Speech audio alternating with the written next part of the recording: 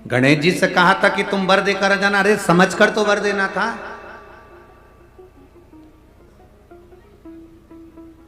ज्यादा खुश होकर प्रसन्नता में कभी कोई वर मत दो। पतियों से निवेदन, कभी प्रसन्नता में वर मत दो खुश होकर। आज तेरा बर्थडे है, मेरा मन कर रहा है जो तू मांगेगी मैं दे दूंगा। वो भी समझदार थी, उसने कह दिया तलाक। समझदार थी, उसने कहा कभी खुश होकर मत बोलो कि आज मैं बड़ा खुश हूं, तू जो मांगेगी मैं दे दूंगा, तू जो मांगे मैं दे दूंगा। ना, बड़ी प्रसन्नता में दशरथ जी ने वर दे दिया था कि कई को और राम जी को 14 वर्ष बन जाना पड़ा।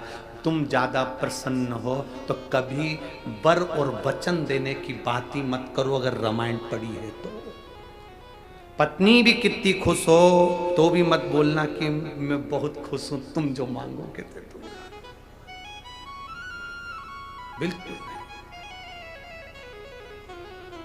कभी मत।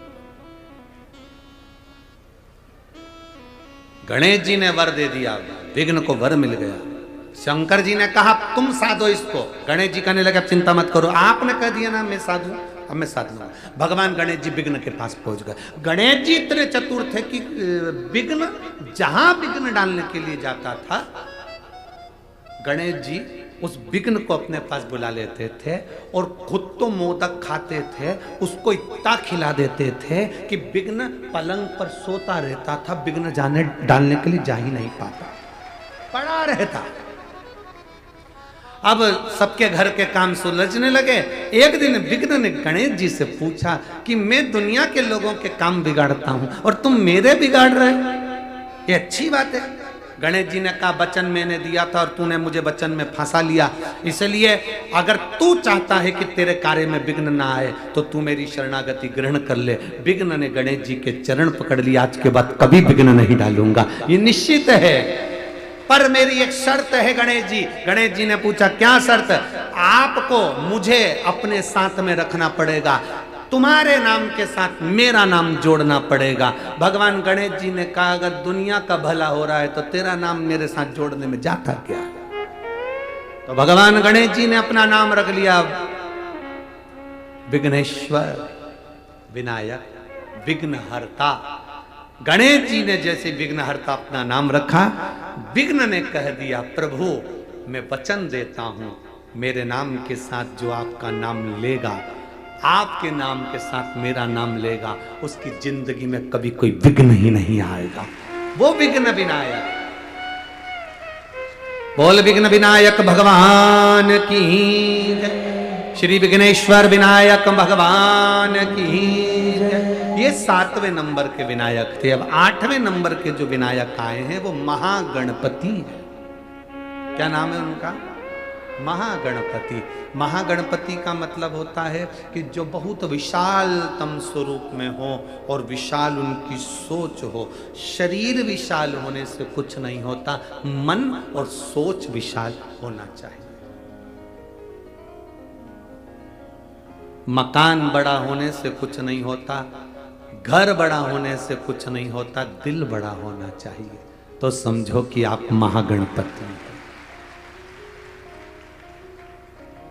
जिस घर में बहुएं भोजन बनाए, पोहा बनाए, उपमा बनाए, खीर बनाए, सामान बनाए, भजिया बनाए, पकोड़ा बनाए, समोसा कचौड़ी बनाए, और बहुएं या बेटियां या घर की नारी या घर का व्यक्ति बनाते समय सबसे पहले बाहर देने की अपेक्षा अपने लिए कटोरी में पहले से निकाल के रख ले, समझ लेना वो महागणपति नहीं है।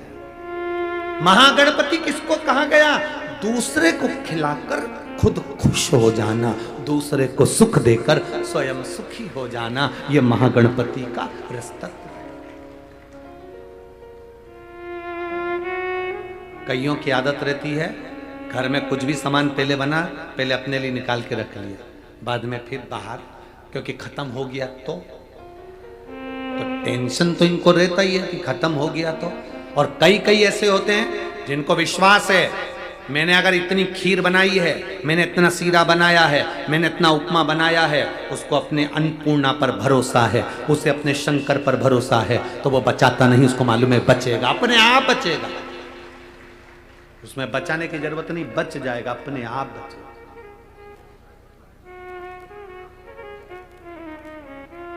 वो बचेगा। अपने आप पर भरोसा करो, मेरे महादेव पर भरोसा करो, समय आया। तारकासुर के 3 पुत्र हैं, तारकाक्ष, विदुम्माली, कमलाक्ष की।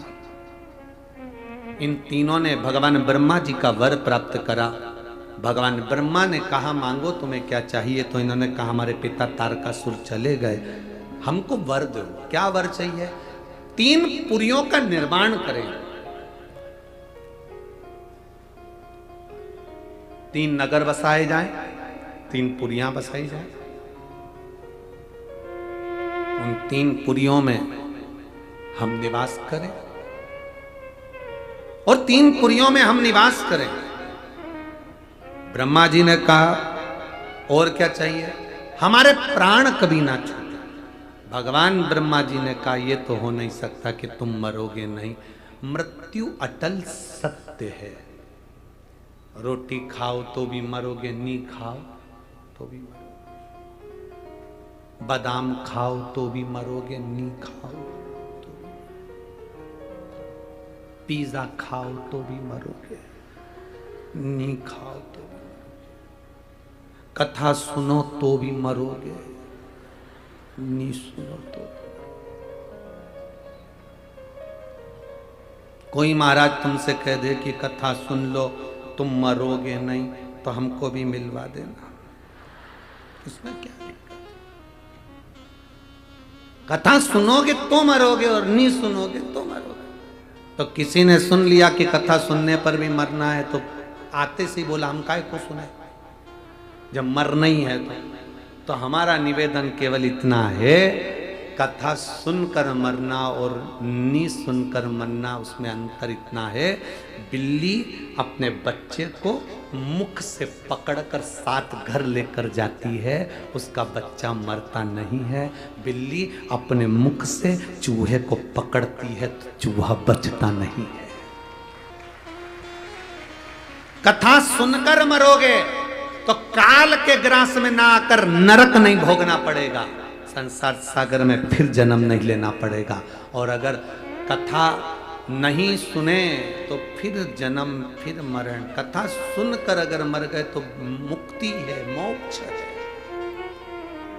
बार बार जन्म नहीं होता,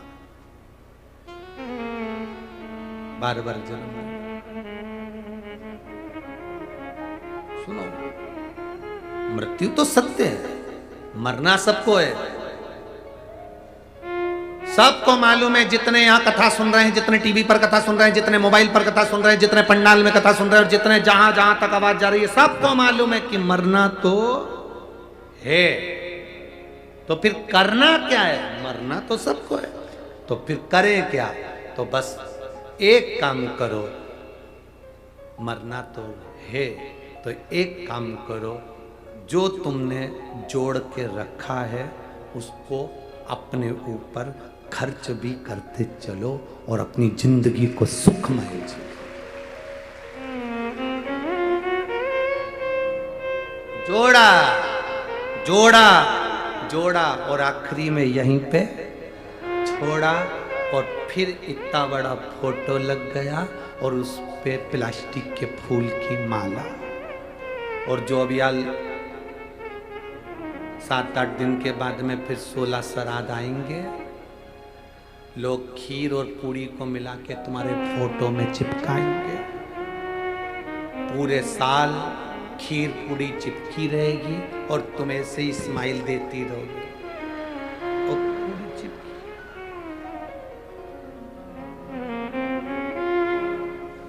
इसलिए AI सबसे अच्छा काम है, जो जोड़ा है उसका उपयोग करो। हम तुमसे नहीं कहेंगे कि ये सब दान कर दो, बिल्कुल मत करो। अपने ऊपर खर्च तो करो, अपनी जिंदगी खुश होकर जियो, फुल एंजॉय के साथ, आनंद के साथ अपने जीवन को जियो।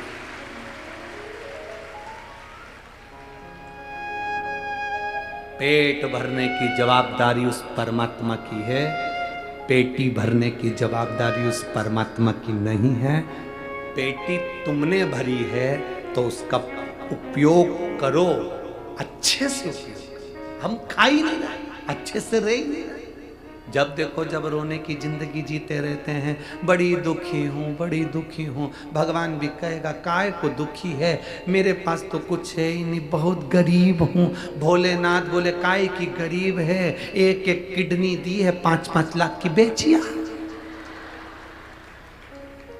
काय की गरीब।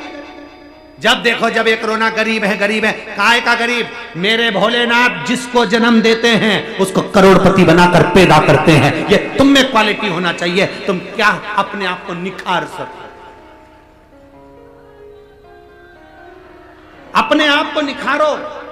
तुम्हारे कमरे में तुम कचरे का डब्बा नहीं रखते, तुम्हारे कमरे में तुम अटाला सामान नहीं रखते, तुम्हारे कमरे में फालतू की चीज नहीं रखते, तुम्हारे कमरे में तुम कबाड़ा नहीं रखते। तो ये भोलेनाथ अपनी पृथ्वी पर भी अटाले को नहीं रखते, तुम कीमत वाले हो इसलिए रखा है। तुम अपनी कीमत को तो पहचानो, तुम अपनी वैल्यू को तो पहचानो कि तुम कितने कीमती हो, कितने कीमत वाले हो तुम। कभी मत कहना कि मैं गरीब हूं। अब तो हमेशा कहना मेरे बराबर दुनिया में कोई सेठ नहीं होगा। दिन भर अगर बोलोगे कि मेरे बराबर कोई सेठ नहीं होगा तो भगवान भी मुंह से निकली हुई सरस्वती को सत्य करेगा और सेठ बनाकर छोड़ेगा। हमने पहले भी कहा, कोई जल्दी बनता है, कोई लेट बनता है, कोई जल्दी बनता है, कोई लेट बनता है। भोलेनाथ को जल चढ़ाने वाला एक दिन सेठ जरूर बनता है, निश्चित है। आप किसके भरोसे? बोल बम का नारा है, बनेगा वो, मिले। एक पत्र आया है, पत्र तो बहुत सारे आए, देखो पत्रों का क्रम।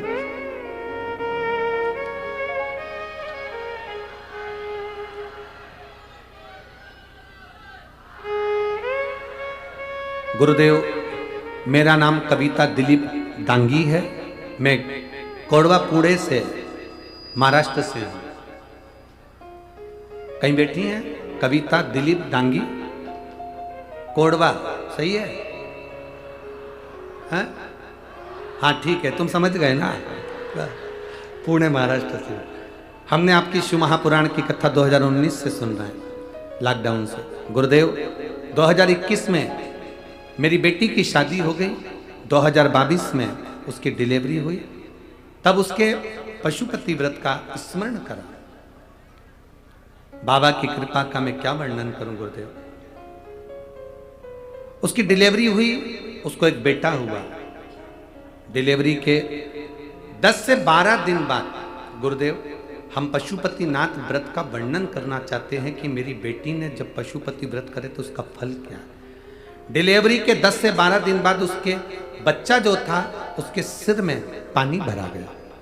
पानी भराया, भराने के बाद उसकी नसें ब्लॉक हो गई, खून के थक्के उसके सिर में जम गए और मेरे बच्चे की आंख भी टेढ़ी होने लगी, शरीर काम करना बंद करने लगा। डॉक्टर ने सीटी स्कैन करवाया और बोल दिया एमआरआई करके कि ये बच्चा के तो सारी नसें की ब्लॉक हैं, ये बच्चा तो पूर्ण तरह से बेकार है, आंखें भी इसकी तिरछी होने लगी हैं, कुछ कह नहीं सकते। अब करें क्या? इतने छोटे बच्चे के सिर में इतना बड़ा रोग, खून के थक्के पूरे सिर में जमे हैं, आंख भी टेढ़ी हो रही है, तब करें क्या? तब मेरी माँ ने कहा कि पशुपति व्रत का स्मरण करो। पशुपति नाथ का व्रत किया। दुख की घड़ी में शिव कैसे याद आए? शंकर जी के मंदिर जाती, जल लाती, बच्चे के शरीर में लगा देती, शरीर में लगाती तो 2 बूंद उसके मुख में भी दे देती। बाबा से प्रार्थना करती, इतना छोटा सा बेटा है, आपका है, आप संभालो बाबा। पशुपति व्रत करना प्रारंभ करा, बाबा पे जल चढ़ाना प्रारंभ करा। दूसरी बार डॉक्टर ने एमआरआई करने के लिए बुलाया और बुलाकर डॉक्टर ने कहा इसके सिर में जितने खून के थक्के दमे थे वो सारे के सारे मिट गए हैं, अब इसकी आंख भी ठीक होना प्रारंभ हो गई है। ये शिव तत्व है योग घड़ी। कहीं बैठी हो तो हाथ हिला सकती हैं। बैठी हैं? बच्चे को लाए हो के साथ में? नहीं लाए तो हाथ हिला दो, बस हाथ हिला दो। शिव तत्व की प्राप्ति है। बैठिए। हर हर महादेव। ओघड़ी है शंकर, दयालु है शिव। महाराज भगवान शिव, भगवान गणेश त्रिपुरा 3 पुरियों के मालिक तारकाक्ष, विदुम्माली, कमलाक्ष की त्रिपुरी को भगवान गणेश जी महाराज ने शिव जी के साथ मिलकर उस आनंद के साथ पशुपतिनाथ का रूप रखकर शंकर भगवान ने तारकाक्ष, विदुम्माली और कमलाक्ष को मारा और जो 3 पुरियां बनी थी उस पुरियों को गणेश जी महाराज ने पूरा भस्म कर डाला। तब देवताओं ने गणेश जी का जय जयकार कर कर उन्हें महागणपति के संबोधन से संबोधित किया। बोल महागणपति विनायक भगवान की। भगवान महागणपति बनकर विराजित होते हैं। आनंद विराजमान हुआ। अष्ट विनायक का ये सुंदर भाव आनंदित करने वाला। भादों के महीने में ये अष्ट विनायक की कथा कोई साधारण है? हमारे जीवन की सार्थकता।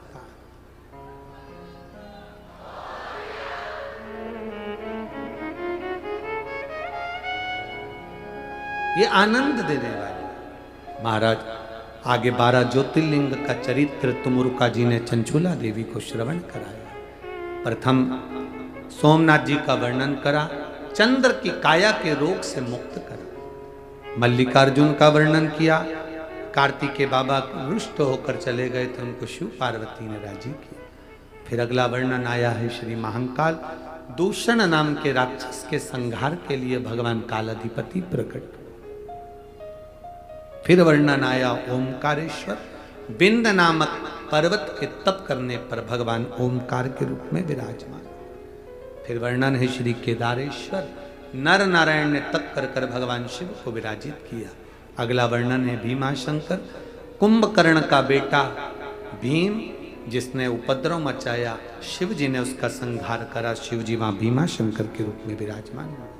अगला वर्णन है काशी विश्वनाथ, मनु शत्रुपा ने तप कर कर भगवान शिव को काशी में विराजित करा। गंगा वहां मिलने के लिए आई, काशी विश्वनाथ के रूप में विराजे। अगला वर्णन है त्र्यंबकेश्वर, गौतम बाबा पर गौ हत्या का दोष लगा। गौतम बाबा पर जब गौ हत्या का दोष लगा, उस दोष से ब्रह्मा विष्णु महेश तीनों ने जाकर उन्हें मुक्त करा। भगवान त्र्यंबकेश्वर के रूप में विराजित। महाराज अगला वर्णन है श्री वैद्यनाथ, रावण भगवान शंकर के शिवलिंग को लेकर चला, संध्या करने के भाव से भूमि पर रखा, वो शिवलिंग उठा नहीं तो वैद्यनाथ जी के रूप में विराजमान हुआ। फिर वर्णन आता है श्री नागेश्वर, दारुक नाम के राक्षस का संहार भगवान शिव करते हैं, नागेश्वर के रूप में विराजमान होते हैं। अगला वर्णन है फिर रामेश्वर, भगवान राम जी ने शंकर भगवान की पूजन कर स्थापना कर लंका पर विजय प्राप्त करी। भगवान कृष्ण ने नागेश्वर की पूजन कर कर द्वारका में आनंद पाया। भगवान राम जी ने रामेश्वर की स्थापना कर कर अयोध्या में आनंद पाया। शिव पुराण की कथा कहती है शंकर भगवान की पूजन चाहे कृष्ण हो, चाहे राम हो, चाहे दत्त हो, चाहे नारायण हो, चाहे लक्ष्मी हो, चाहे ब्रह्मा हो, चाहे इंद्र हो, चाहे पांडव हो, चाहे कौरव हो, ऐसा संसार में कोई नहीं जन्मा जिसने शिव की आराधना नहीं करी। सबने शंकर की आराधना। फिर वर्णन आया है श्री कृष्णेश्वर, सुधर्म नाम के ब्राह्मण की 2 धर्म पत्नी थी, घूष्मा और सुदेहा। सुदेहा के यहाँ संतान नहीं थी तो घूष्मा ने अपना बेटा दे दिया। उस बेटे को पाल पोस कर बड़ा करा, शादी हो गई, बहू आ गई। बहू को मालूम पड़ा मेरी असली सास घूष्मा है। सुदेहा को पूछना बंद कर दिया। पूछना बंद करा तो सुदेहा को क्रोध आया, बेटा नहीं रहेगा तो बहू किस काम की। बेटा सो रहा था, तलवार से टुकड़े कर कर कपड़े में बांध कर तालाब में फेंक दिया। 1 हफ्ता हो गया, बेटे को मरे। घूष्मा को याद आई मेरा बेटा बहुत दिन से नहीं दिखा। याद कर कर शिवलिंग का निर्माण कर कर पूजन कर कर तालाब में विसर्जन करने जा रही थी। बेटे को याद किया, तैरता हुआ बेटा 1 हफ्ते पहले मरा हुआ वो जीवित वापिस निकल कर बाहर आया। वो कृष्णेश्वर महादेव। शिव महापुराण की कथा कहती है ये भगवान शंकर का पावन चरित्र है। भगवान शिव ने तुमरुका जी से कहा, तुमरुका जी जिस स्थान पर शिव महापुराण की कथा होती है वो स्थान साधारण नहीं होता, मेरा कैलाश बन जाता है और मैं वहां काशी और कैलाश जानकर वर प्रदान करता हूं। अपने मस्तक की बेलपत्र उतार कर पोथी पर समर्पित भगवान देवाधिदेव महादेव करते। ये शिव तत्व साधारण नहीं, इसको जानना बड़ा कठिन है।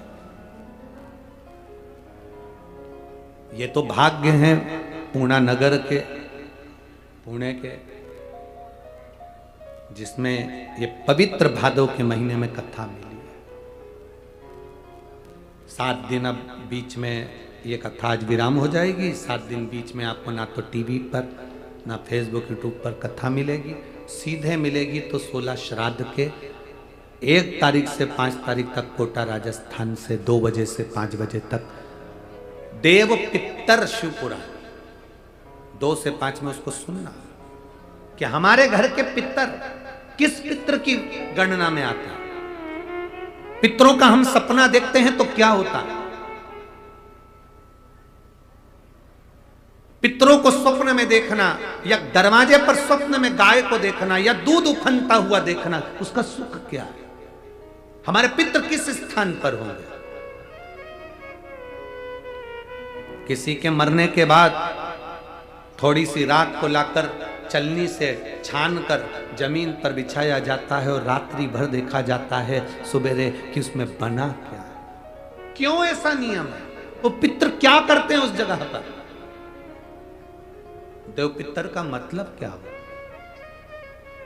क्यों एक सफेद फूल, एक चावल का दाना श्राद्ध पक्ष में शंकर भगवान को समर्पित कर कर जल चढ़ा देने पर घर में जिंदगी में पितृदोष नहीं होता? उसका कारण क्या है? किसने मांगा था भगवान शंकर से? 1 अक्षत, 1 पुष्प, 1 लोटा जल, ये किसने मांगा? ऐसे देव पितर 5 दिन की कथा सुनकर अपने अपने पितरों का कल्याण करना, अपने अपने पूर्वजों का उद्धार करना। जो कोटा राजस्थान के आसपास के हैं वो तो वहाँ कोटा के दशहरा मैदान में आकर आप कथा 2 बजे से 5 बजे तक सुन सकते हैं। और निवेदन, चाहे टीवी के सामने सुनना, चाहे आप पंडाल में सुनना, 16 दिन की जो कथाएं चलेंगी 5 दिन कोटा से, 7 तारीख से 13 तारीख तक कथा जो चलेगी वो कौड़िया शिवधाम छत्तीसगढ़ से, वो 7 दिन की रहेगी। उसका समय शुरू में 2 बजे से 5 बजे तक 2 दिन रहेगा, फिर बाद में 1 से 4 रहेगा। इसको कथा को जब सुनो तो थोड़ा सा चावल का दाना हाथ में रखकर सुनना और बाद में उसको छत पे डाल देना। चिड़िया, पक्षी, पशु को जिसको बन सके, अपने पूर्वजों का कोई फोटो हो तो उसको करीब में रखकर भी सुन सकते हैं। 16 दिन में जो कथा चलेगी पितरों की, उसको पहली कथा जो रहेगी 1 से 5 तक वो देव पितर रहेगी। दूसरी जो कथा रहेगी 7 से 13 तक छत्तीसगढ़ की पावन धरा पर जो शिव भक्त वहां सुनेंगे वो गो शिव भक्त, गो पितर शिव महापुराण की कथा हो, उसका भी स्मरण बढ़ा। बीच में जो कथा है आज 21 तारीख को यहाँ समापन हो जाएगी। 23 तारीख से सीहोर की अग्रवाल धर्मशाला में जो हमारी गादी की कथा है, जो सालों से चली आ रही है, जब से कथा प्रारंभ करी है, वो गादी की कथा 2 बजे से 5 बजे तक सीहोर वालों के लिए छोटी सी धर्मशाला है। वहाँ स्थान हम नहीं बदलते उस गादी की कथा का, इसलिए वहीं से होती है, तो उसमें किसी को आने की ज़रूरत नहीं है। आप लोग अपने आनंद में रहो। जो सीहोर के हैं और सीहोर के आसपास के हैं, हाँ, अगर आप लोग कुबेरेश्वर धाम आए हो तो भले दर्शन करने आप धर्मशाला पहुंच सकते हो 2 बजे से 5 बजे तक, मना नहीं। उस समय पर आप 5-10 मिनट का कथा रोड पर भी खड़े होकर सुनकर जा सकते हो, मना नहीं। पर भाव से, आनंद से शिव तत्व की प्राप्ति करें। यहाँ सब तरह के भक्त हैं, कुछ रूप में वो लगे हुए।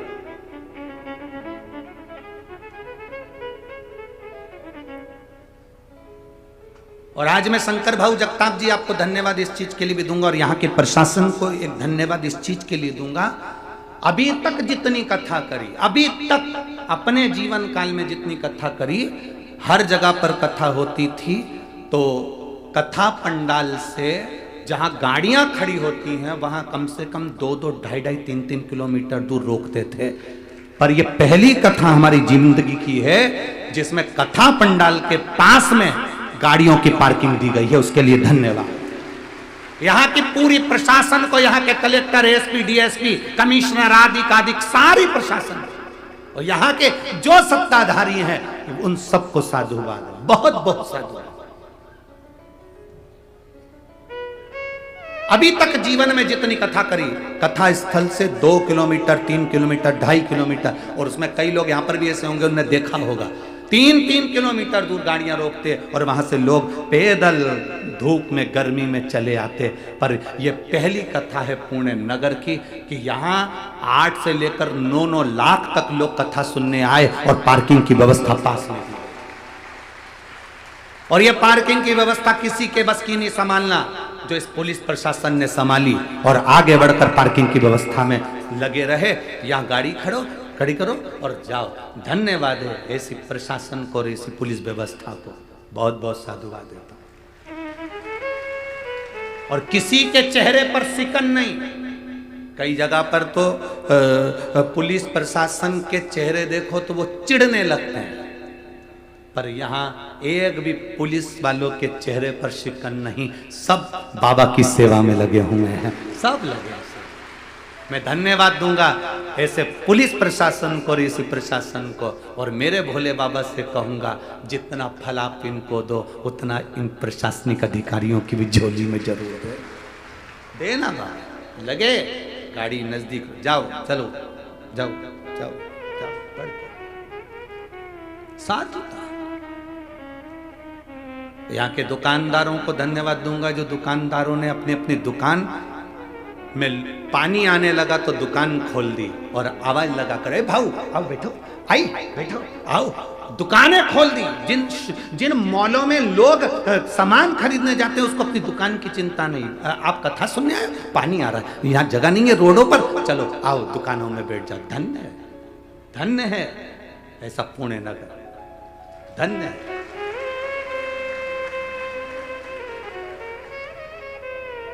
लोग कहते हैं बड़ी सिटी वालों का दिल नहीं होता। हम कहते हैं जो ऐसा कहते हैं उनमें दिमाग नहीं होता।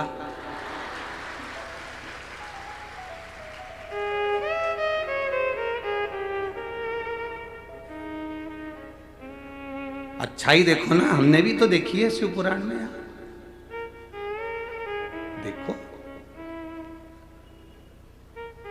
कोई पानी बांट रहा है, कोई बिस्कुट बांट रहा है, कोई कुछ बांट रहा है, कोई कुछ बांट रहा है। कितना कितना इतना प्रेम तो शिव पुराण के सिवा दुनिया में कहीं नहीं मिल सकता जो तुम देख सकते हो, कहीं नहीं। और जिनने देखा ये नजारा वो सुख पा गए, वो आनंद पा गए। महाराज विघ्न शिव जी का एक भक्त है, विघ्न शंकर का एक भक्त है, पर लोग कहते हैं ये मैं विघ्न शिव का भक्त, दुनिया के काम में विघ्न डालने वाला विघ्न शंकर का भक्त। हाँ, शिव का भक्त है विघ्न।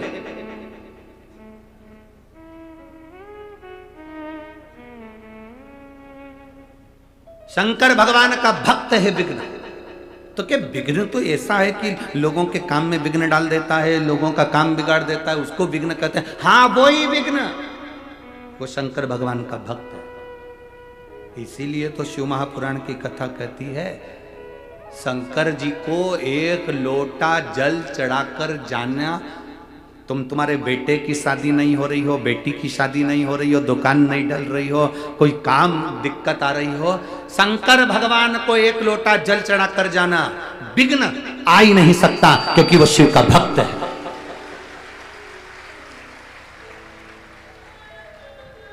शंकर का भक्त है विघ्न, वो कहां विघ्न आने देगा।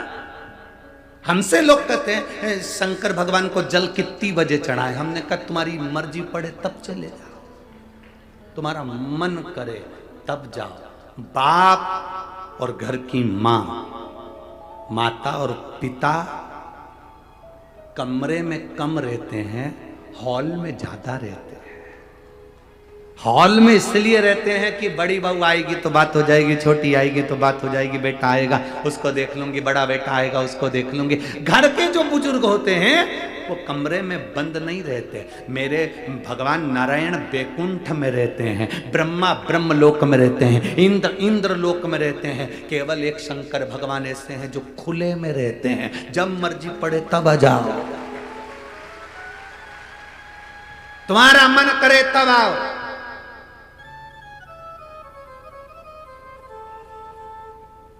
शिव का दरवाजा और शमशान का दरवाजा कभी बंद नहीं होता। क्यों? काल कब आएगा ये किसको मालूम है। जब काल आएगा तो लोग शंकर को याद करेंगे। इसलिए ये तो अब शंकर जी के मंदिर में दरवाजे होने लगे, नहीं तो शिव जी के मंदिर में कपाट नहीं होते थे। शंकर जी के मंदिर में कपाट नहीं है, कपट नहीं है और झंझट नहीं है। शिव जी के मंदिर में ये तीन चीजें है ही नहीं, एक कपाट, दूसरा कपट और तीसरी झंझट। फालतू की झंझट भी नहीं शंकर जी के मंदिर में कि भोग लगाना पड़ेगा, 56 भोग देना पड़ेंगे, कपड़े देना पड़ेंगे, भगवान को खूब अच्छे हार पहनाना पड़ेंगे, खूब अच्छी आभूषण लाना पड़ेंगे, झंझट नहीं। शंकर जी के मंदिर में भगवान तो कह रहे तू कुछ भी मत ला, एक लोटा जल चढ़ा कर चले जा, इतना भी नहीं बने तो 3 बार ताली बजा कर चले जा, इतना भी नहीं बने तो हर हर महादेव बोल कर चले जा, इतना भी नहीं बने तो मेरे शिखर का दर्शन कर कर चले जा। और एक चोर तो ऐसा विचित्र था, शंकर जी के मंदिर में चोरी करने गया, जब उसको चोरी के लिए जलाधारी उतारना थी तो टेबल कुर्सी नहीं मिली तो शंकर जी पे चढ़ गया। ऐसे भी भक्त हैं। और शिव जी ने उसको भी देख कर वर दे दिया, मांग तुझे क्या चाहिए। वो कहे मैं तो चोरी करने आया था। शंकर भगवान बोले ऐसे चोटे तो हमारे मंदिर में आते रहते, तू तो मांग, तू मांग, क्या चलेगा। शिव तत्व की प्राप्ति शंकर का गुण औघड़ी है।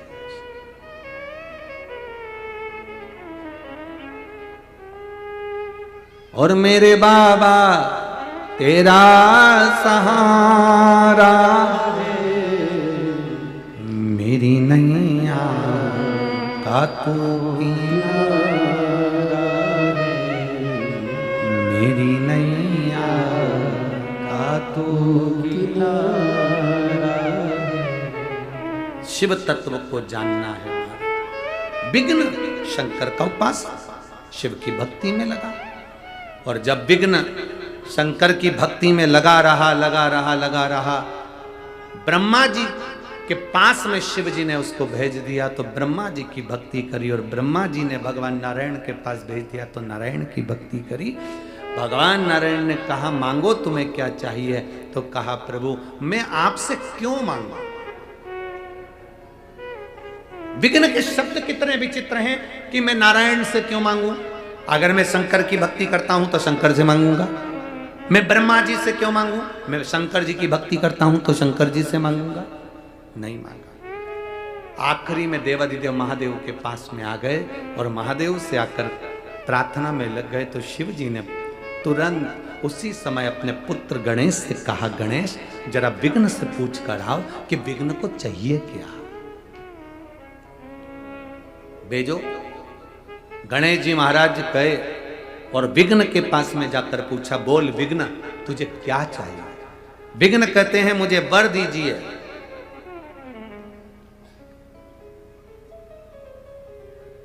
मुझे वर प्रदान करो। गणेश जी ने पूछा कौन सा वर। अब पिताजी ने बोला था कि जो मांगे देकर आना, वर मांग ले। तो विघ्न कहता है मुझे वर दीजिए, मैं दूसरे के काम में विघ्न डालूं, मेरे काम में कोई विघ्न ना डाले। अब विघ्न ने वर क्या मांगा, मैं दूसरे के काम में विघ्न डालूं पर मेरे काम में कोई विघ्न ना डाले। अब गणेश जी उनने तो पिताजी ने कहा था कि जो विघ्न मांगे दे देना, जा जरा मिलकर, और उन्होंने कह दिया तथास्तु, तू दूसरे के काम में विघ्न डाल पर तेरे काम में कोई विघ्न ना डाल। इसमें के विघ्न वाले बहुत सारे लोग हैं, अपने काम में कोई विघ्न ना डाले, दूसरे के काम में तुम खूब डालो। ऐसे लोग आज भी हैं।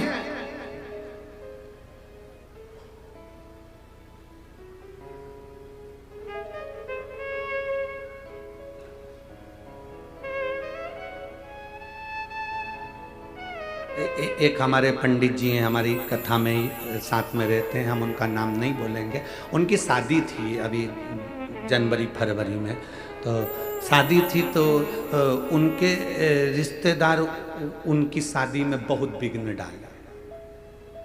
फिर जिनने विघ्न डाला था उनके घर में शादी आई तो हमने उनसे कहा कि अब उनके घर में वो खुद विघ्न डालेंगे क्या? अरे गुरुजी कोई डाल के बता दे विघ्न। बड़ा दुनिया में इससे बहुत लोग हैं। एक निवेदन आपसे, किसी के बेटे की शादी हो रही हो, किसी की बेटी का संबंध पक्का हो रहा हो, किसी के यहाँ कोई अच्छा कार्य हो रहा हो सके तो आगे बढ़कर काम करना, पर विघ्न मत डालना, जिससे आपके जीवन में भी कोई विघ्न नहीं।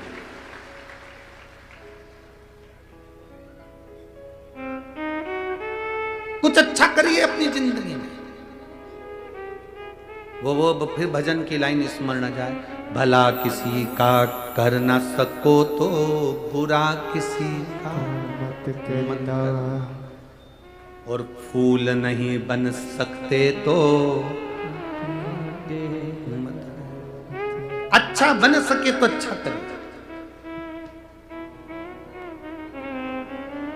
किसी का कभी बुरा मत करो। प्रयास करो कि अपनी जिंदगी में हम किसी का अच्छा कर सकें।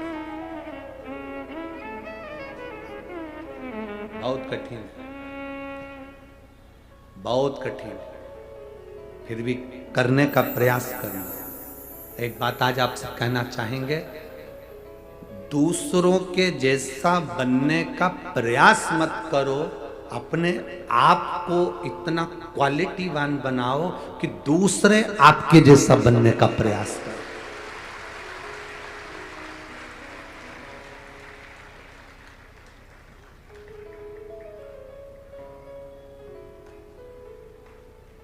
हम प्रयास करते हैं, घर के लोग कह देते हैं, घर के लोग बोलते हैं, माताएं कह देती अपने अपने बच्चों को, उसको देख ले, तेरे दोस्तों को देख, तेरे दोस्तों को। अब बेटा मन में सोचे कि मेरे दोस्त को अगर देख के मैंने घर में उसके जैसा काम चालू कर दिया ना माँ, तो तू रोना चालू कर दे। और क्या करे, दोस्त को देख, दोस्त को।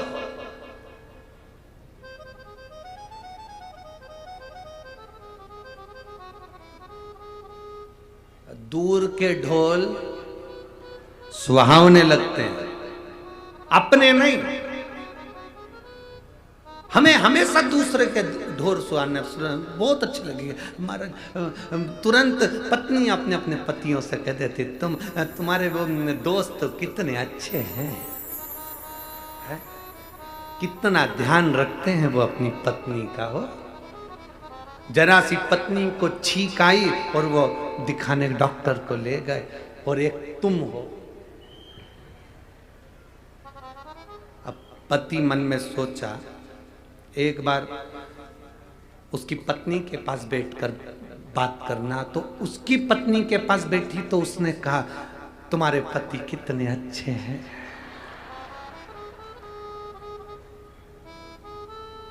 हमें लग रहा है कि वो ठीक है, अपने आप में संतुष्टि कहां है हमको। हम जो साड़ी पहने हैं बहुत अच्छी है, हम जो कपड़े पहने बहुत अच्छे हैं, मेरे घर में जो रह रहे हैं सब अच्छे हैं, मेरी सास अच्छी, ससुर अच्छा, भाई अच्छा, बंधु अच्छा, सखा अच्छा, पत्नी अच्छी, पति अच्छे, बच्चे अच्छे, सब अच्छे। जिस नौकरी को मैं कर रहा हूं वो नौकरी भी मेरी अच्छी है। किसी के कहने पर तुमने कहा बहुत दिन हो गए इस कंपनी में करते करते, तो इसको वो क्या बोलते, स्विच कर देना ना, ऐसे ही बोलते शायद, है? हाँ, तो उसको, तो इसको छोड़ दूं, अगली में दूसरी कंपनी को। अब मालूम पड़े अच्छी ढूंढने गया था, और मालूम पड़े जो अच्छी थी उसको छोड़ दिया, दूसरी कंपनी ढूंढने चला था, मालूम पड़े इससे भी गया, और उसमें पहुंचते से झंझट चालू हो गई। अब रो रिया है कि इससे तो पहले की कंपनी अच्छी थी।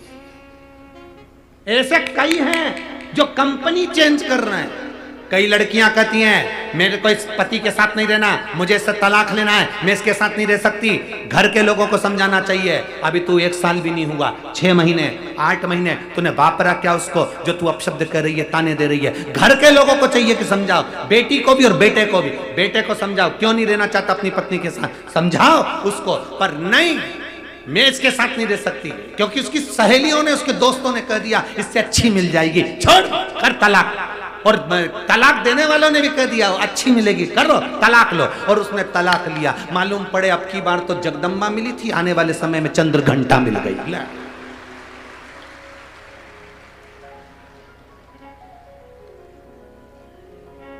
वो तो हफ्ते में 1 आध बार रूठती थी, ये तो जगत जननी जब देखो जब तैयार। अब किससे कहे, पहली नौकरी छोड़कर आया है, दूसरी कंपनी ज्वाइन करी है। अब कंपनी ज्वाइन करी है तो फिर अब काम करो। पहली कंपनी में तो जितने घंटे काम करता था उतना ही ठीक था, अब इस कंपनी में तो लगा सुबह से रात तक। सुबह से उठता है, बच्चों को नहलाता, कंपनी का पूरा काम कर कर घर आकर सब्जी लेकर आता। फिर वही बात आ गई जो अभी हमने छिंदवाड़ा में कही थी ना, कि जिनकी कितना दुख होता होगा जिनकी शादी में दूल्हा जब स्टेज पर आता है और माला लेकर जब दूल्हा स्टेज पर जब चलता है, इधर से फुलझड़ियां, इधर से धुआं निकलता है, नगाड़े बजते हैं और डीजे पे गाना बजता है, अजब वो शान शहंशाह।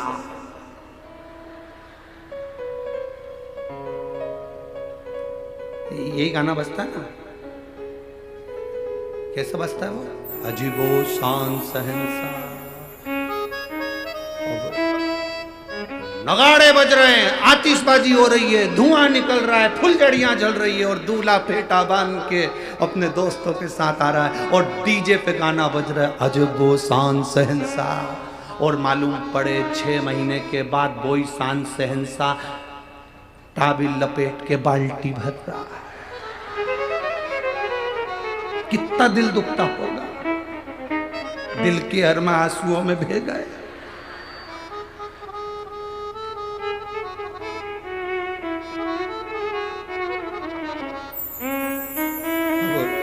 करे क्या? तो इसलिए निवेदन है, जो भगवान ने दिया उसमें संतुष्ट रहो, घर में जो है उसमें संतुष्ट रहो, दूसरे का देखकर अपने घर को बिगाड़ो मत। दूसरे का घर देखकर अपना घर मत बिगाड़ना कि उनके घर में ये पर्दा है, उनके घर में ये सामान है, वो घर में ऐसे हैं, वो वैसे हैं। जरा दूर के ढोल सुहावने नजर आते हैं, हर एक को लगता है वो अच्छे हैं, वो सुखी हैं। एक बार जरा जाकर पूछो, जो 50,000 रुपए के डनलप के गद्दे पर सोते हैं, उनको भी नींद की गोली खाकर सोना पड़ता है। जरा पूछो तो सही, इससे तो साधारण